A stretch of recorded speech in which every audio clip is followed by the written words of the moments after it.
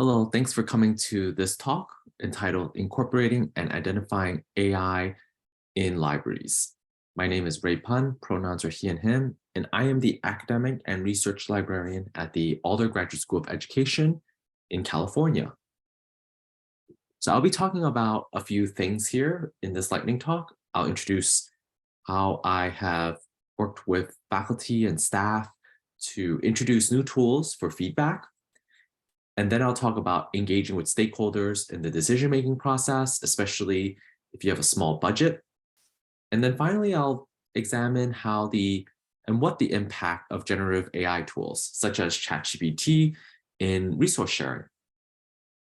So first, I'm going to talk about the tools and getting feedback.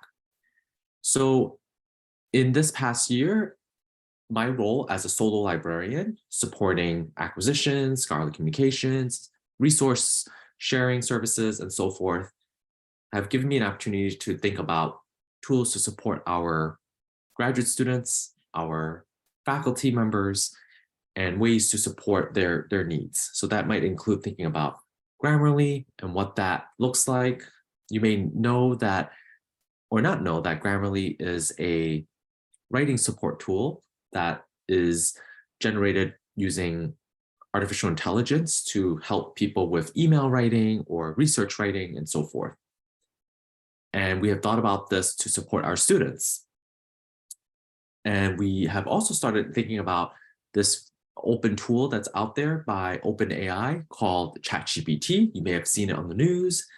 And we're thinking about what our stance is in terms of ChatGPT and how it might impact our learners. And then we also think about other resources. What other ones are out there that might help or might create implications for our learning environments? So when I have had to meet with the faculty and students, I mostly work with student services and engage with faculty by getting feedback for Grammarly and sending out a survey form for staff input as well. So it's a really informal survey, just a few questions. Do you currently use Grammarly? Would you use it if we subscribe to it? And so getting feedback is very critical before you even subscribe to the tool. And so once we were able to see that many people wanted to use it and have used Grammarly, then it really incentivizes or motivates us to really pursue this subscription. We also had to look at alternative tools. What are some of the competitors towards Grammarly? What are our budget constraints? What are we have to decide and prioritize? So it's tricky because if we decide to subscribe something new, we might have to reduce something else. And the other important aspect is to get sponsors, right? So that might include an administrative sponsor. So in this case, it was the Dean of Academic Affairs, and we agree it would be a one-year pilot test that would support students, faculty, and staff in using Grammarly. And then from there, once I got the feedback, I decided to meet with the vendor, get referrals from other subscribers that they can recommend, comparable size. We're a really small school. We have about 450 students and about 30 or so staff and faculty. And the plan is to launch the service Grammarly tool to all students. And then mid-year, we'll do another survey to assess, and then end of the year to see what people were and how they were using it. So it's important to also introduce the tool during the workshops. So I lead a lot of online workshops as a solo librarian. And so I get anecdotal input, but it's also important to understand that this preliminary feedback in the exit tickets so far are quite positive after the workshop, hearing students are using Grammarly or not. And then, of course, we want to expand it for staff and faculty to use it and offer live trainings and recordings as needed. This was also offered to students as well. So how do you engage with stakeholders when you're thinking about these tools and with a small budget? The first I wanted to talk about is ChatGPT. It's a little bit different than how we approached it with Grammarly. with ChatGPT, it's out there, it's for free. Anyone can make an account through OpenAI, right? And so a lot of faculty members did not know this tool is out there or had concerns, right? It was very one side or the other. And so we need to understand their needs, bring up awareness, and understand and hear what concerns they have. And as someone who's been following and tracking this issue, what I had done was presented informally to a faculty meeting, in a faculty meeting, and collaborated with a smaller group of faculty afterwards and one student to design a preliminary syllabus statement. So this way it can be added to the syllabus and be consistent in what our stance is. So it's important when you're about to introduce a new tool, obviously, to always get stakeholder perspective, work with them, collaborate with them, and get buy-in that way. And if you can add a student, that is even better, because that gives student perspective as well.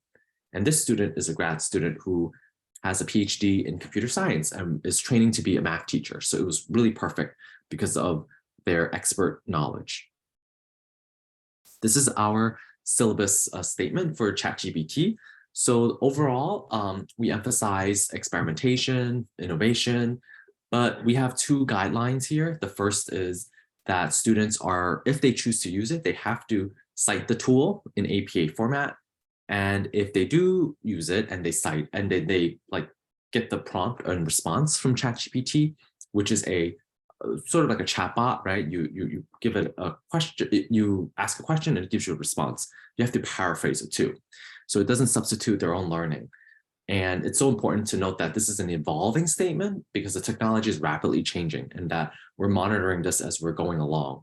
So that means we're going to assess again in the fall and then in the spring and see if we need to revise as needed. So far, the faculty members have said that there is no issue necessarily. Maybe one student they would see using it from time to time, but that's really it from the 6 or 7 faculty members that I've asked. So ChatGPT impacts and resource sharing. So as part of this conference for NWILL, I know that it's important for us to think about ChatGPT and its impact. The one thing to note is that many students have been using ChatGPT across the country for all types of purposes.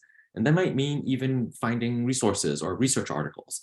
And unfortunately, ChatGPT is hallucinating or making stuff up or falsifying citations. And so that might impact resource sharing, because if they search in the library, it doesn't exist, then they make a request to interlibrary loan or resource sharing departments.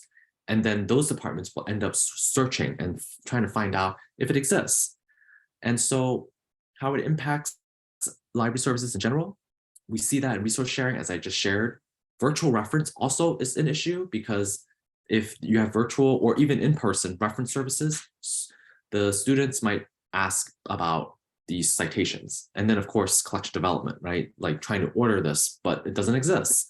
So that's an issue that needs to be monitored and in our ILL community, and just to see how it's being impacted. I do know that after speaking to a couple of interlibrary loan experts in our community, that they haven't seen this come up yet. So that's interesting. But for some others, it has come up. And I'll give you an example here. This is something I had written from Against the Grain in June of 2020. So Peter Bay, who was at the Princeton University as the assistant university librarian, who is now the director of libraries at Baldwin College.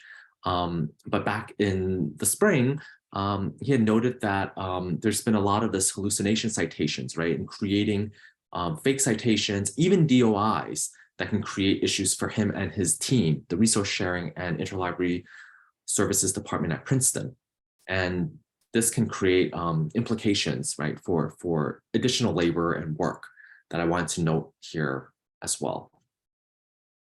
ChatGPT is not going away. It's one of many tools. This came from social media that I found, that you can see here a list of other artificial intelligence tools that's out there for speech, for video, for music, for chat-based services, and so forth.